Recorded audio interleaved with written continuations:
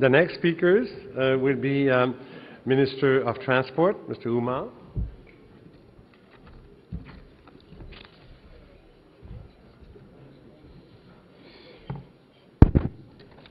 Thank you very much, distinguished ladies and gentlemen.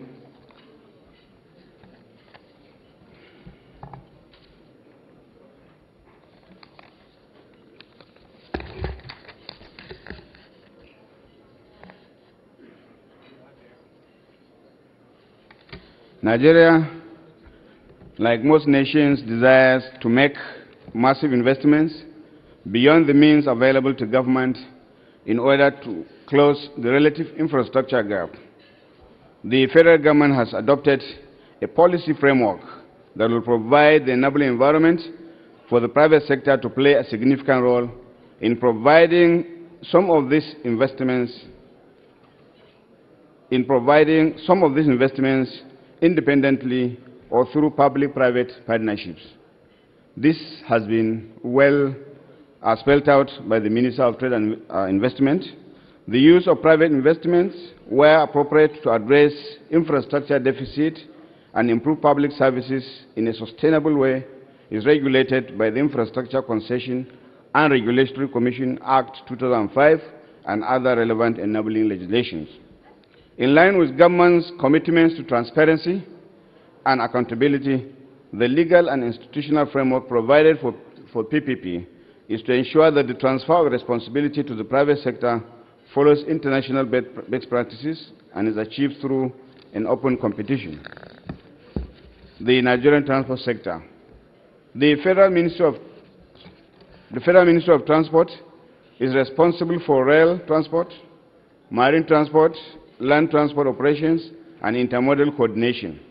The mandates, policies, programs, and projects of the ministry are implemented through the agencies listed thereunder: the Nigerian Railway Corporation, Nigerian Port Authority, Nigerian Maritime Administration and Safety Agency, Nigerian Shippers Council, National Inland Waterways Authority, Nigerian Institute of Transport Technology, Maritime Academy of Nigeria, and Council for the Regulation of Freight Forwarding in Nigeria. What is our vision and our mission? Our vision is to evolve a world-class transportation system in Nigeria and to position it as a hub in West and Central Africa. And our mission is to establish a safe, efficient, affordable, and seamless intermodal transport system in line with global best practices while creating an enabling environment for public-private partnership. Reform measures. Mr. Vice President has eloquently informed this gathering that the country is undergoing a lot of reforms. The sector is currently undergoing a number of reforms as a component of the transformation agenda of the President of the Federal Republic of Nigeria, Dr. Goodluck Ebele Jonathan GCFR. Consequently, the following legislations and bills are being processed to allow for more effective private sector participation. The bills are listed there: the Nigerian Railway Authority Bill, the National Transport Commission Bill, to establish a commission that will serve as an economic regulator for the sector, the Ports and Harbour Bill, and the National Inland Waterways Authority Bill. What is the position in the railway system? The Nigerian railway system is about 115 years old. Between 1898 and 1964, Nigeria had built a network of narrow-gauge rail lines totaling 3,505 kilometers. In 1986, the federal government commenced the construction of 274 kilometers standard gauge rail line from Itape, Ajaokuta to Warri. In February 2011, the federal government commenced another construction of 187 kilometers of Abuja-Kaduna standard gauge line.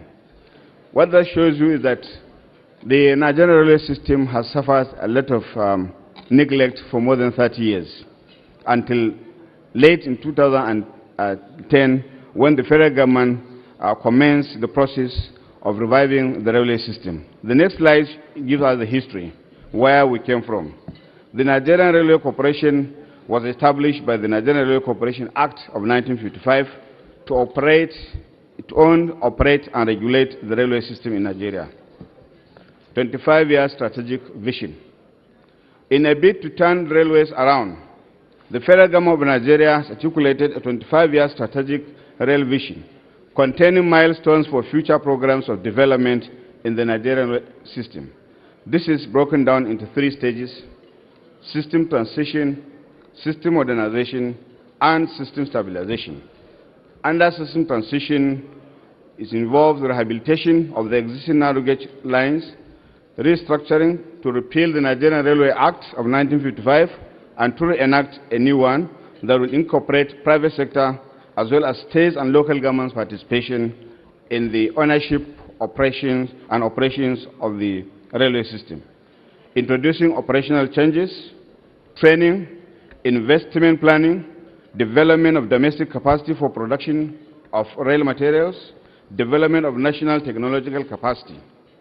Under system modernization, it involves the construction of new lines and extensions to key economic centers, example, cement factories, refineries, agricultural zones, mining sites, power plants, and so on.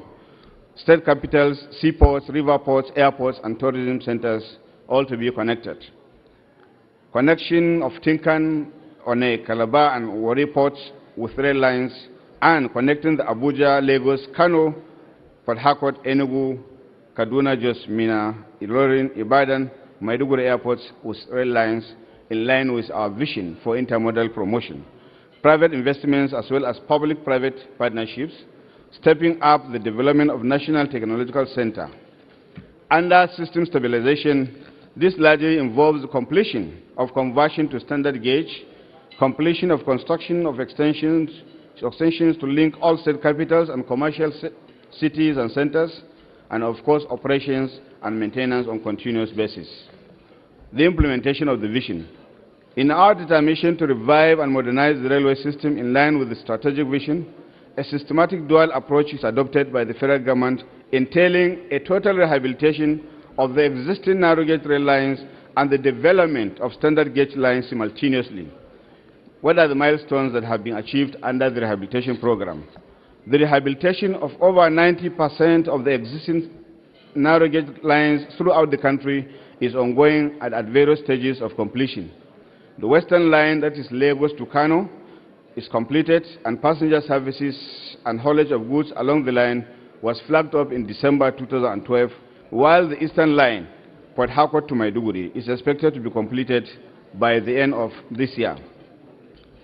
Under the transformation program, we have procured some rolling stock, procured 25 new locomotives from General Electric, refurbished over 200 coaches and wagons. We're expecting 4 new locomotives to arrive in June this year, procured 20 oil tank wagons, procured 2 numbers 100 tons telescopic cranes. We have rehabilitated our principal stations.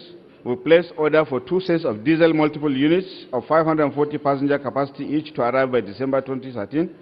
Order placed for the procurement of 6 number modern air-conditioned coaches of 68-seater capacity each to arrive by the end of this year.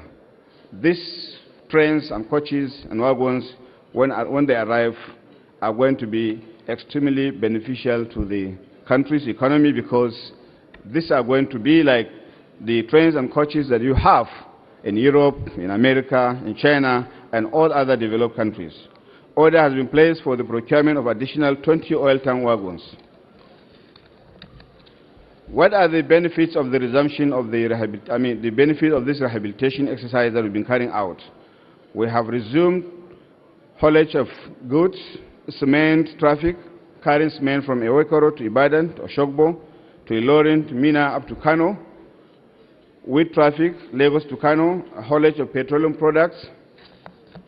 And of course, in the area of passenger carriage, the railway operates some services where existing infrastructure and equipment permit. Some of these services are operated in collaboration with other stakeholders, particularly the state governments. Details are mentioned thereunder. Kano to Lagos Express services once a week, offer to Kano Express train service once a week, intra-city mass transit, we have Lagos mass transit train, 16 trains per day, an average of 16,000 passengers carried back per day. A Kaduna intra-city mass transit train, 10 trains per day, an average of 10,000 passengers carried a day. And then Kano Chala mass transit, we usually have 6 trains per day, but it's currently suspended, but to resume very soon. intercity passenger services, Lagos, Ibadan, Ilorin, Lagos train, price per week, moving an average of 6,188 passengers weekly. Mina, Kaduna, Mina train, thrice per day. Kaduna, Kafanchan train, although it has been suspended due to ongoing rehabilitation exercise, as soon as that is completed, it is going to resume. Kano Nguru train service twice per week. Then, of course, we have the famous excursion train. Under the railway modernization, while the rehabilitation of the narrow gauge is being carried out, the federal government is simultaneously constructing the following standard gauge lines in the following corridors. Completion of the Itape-Ajakuta-Wari line, 274 kilometers, is expected to be commissioned by the first quarter of 2014.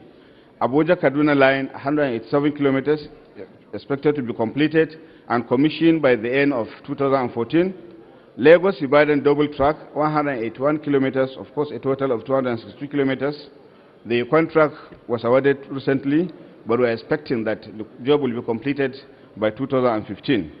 A number of feasibility studies are currently going on to create more corridors for standard gauge rail system. The next slide shows you the railway master plan based on the 25-year strategic vision for the country. We have what are investment opportunities at the moment. Concession of freight and passenger services.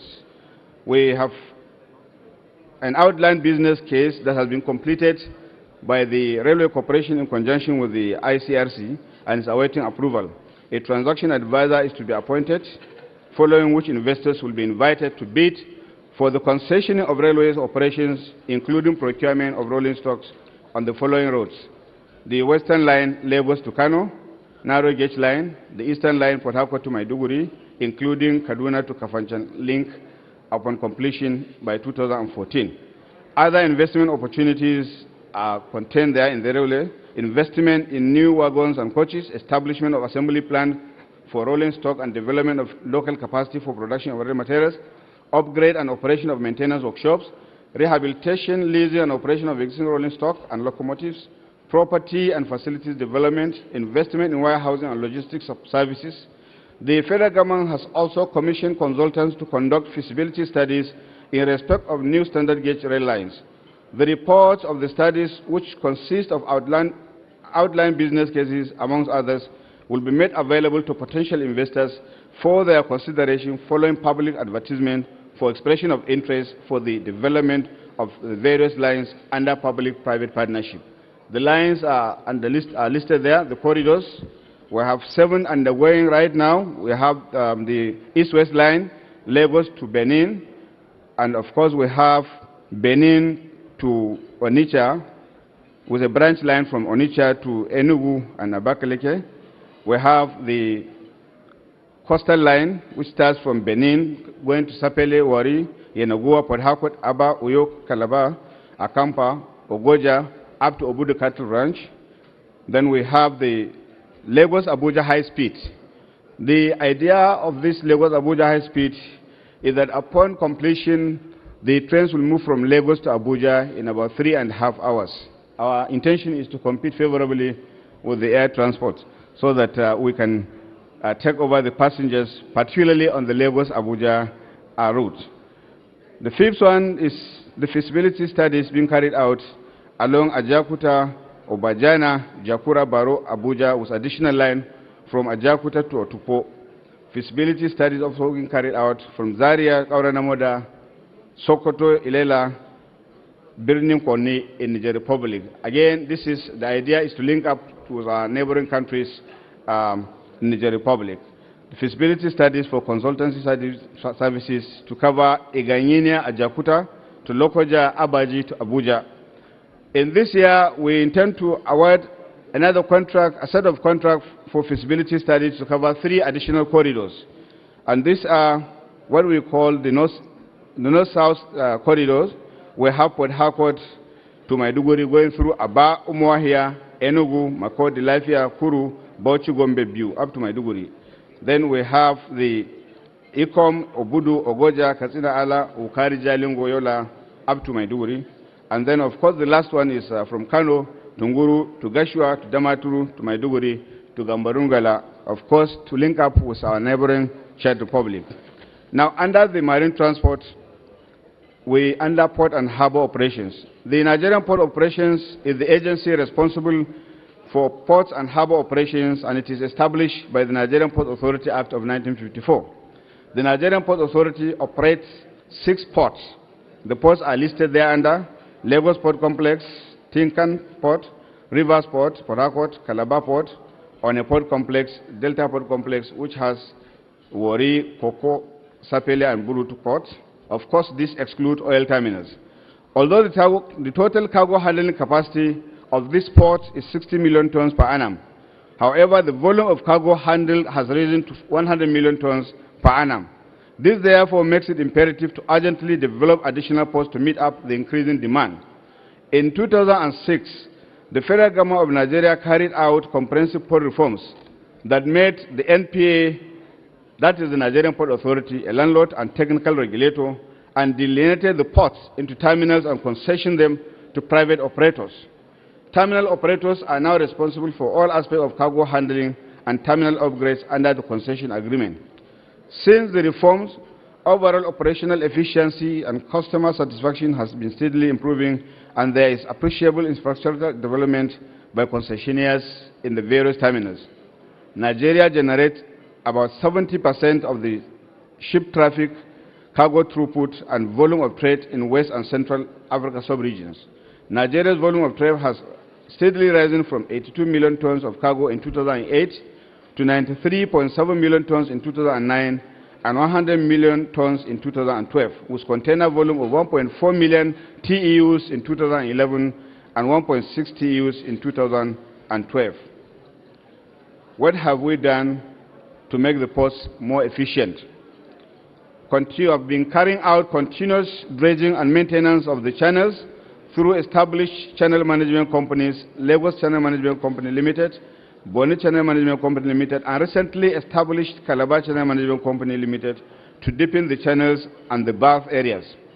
Lagos Channel drought by 2010 was about 10 meters, but now 13.5 meters to 14 meters, while the quayside was 9 meters in 2010, but now 12.5 meters.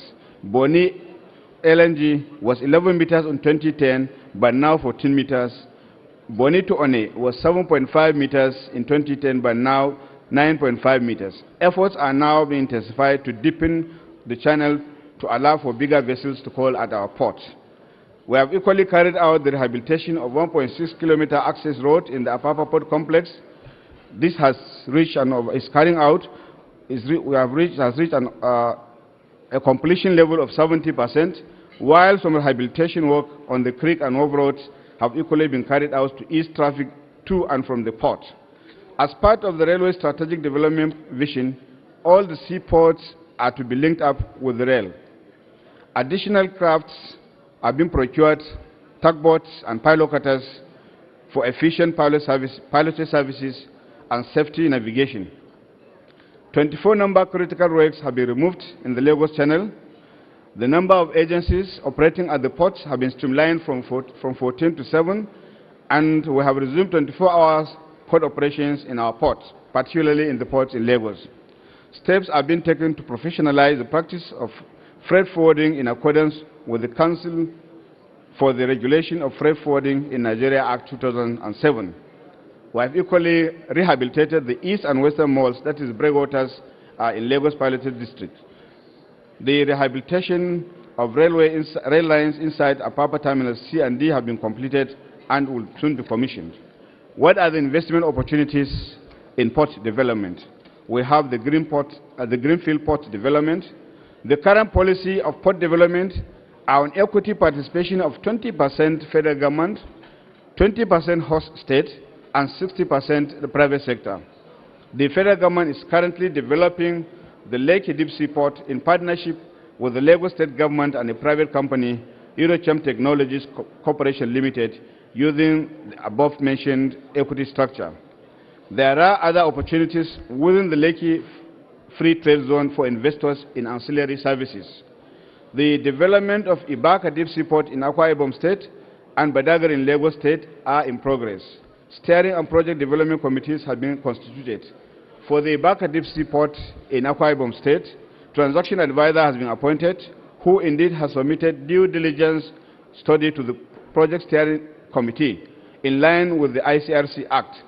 Interested investors can take advantage of the milestone recorded to partner with the federal government and the Akwa Ibom State government in the development of this particular port within the Niger Delta region of the country. Other areas of investment in port development are in the Olokala Deep Sea Port in Ogun and Ondo State, Ogedigbe in Delta State, and Agay in Bayelsa State, all within the Niger Delta sub-region of the country. We have opportunities equally in investment in shipbuilding and ship repairs. What is the position under the Inland Waterways Transportation? The National Inland Waterways Authority is the agency responsible for the regulation and operation of inland waterways transportation in Nigeria. It is established by an Act of National Assembly of 1997.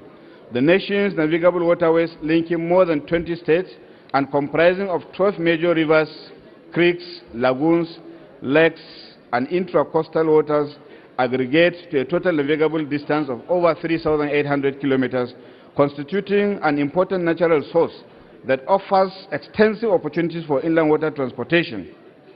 Bulk goods and cargo are being transported over long distances at relatively low rates along the channels. Government has recently completed the capital dredging of the lower river Niger from Wari in Delta State to Baro in Niger State, a distance of 533 kilometers, to facilitate earlier navigability. Maintenance dredging of the channel is currently in progress. Government has constructed the Onitsha River Port and has commissioned it. Baro, Oguta, and Lokoche River ports are under construction. We expect that they will be completed in 2013 and 2014 respectively. Makodi River Port is equally going to be constructed. What are the investment opportunities in the inland waterways transportation? Channel management of the dredged lower river Niger under public-private partnership arrangement is available. Concessioning of the Onitsha Port.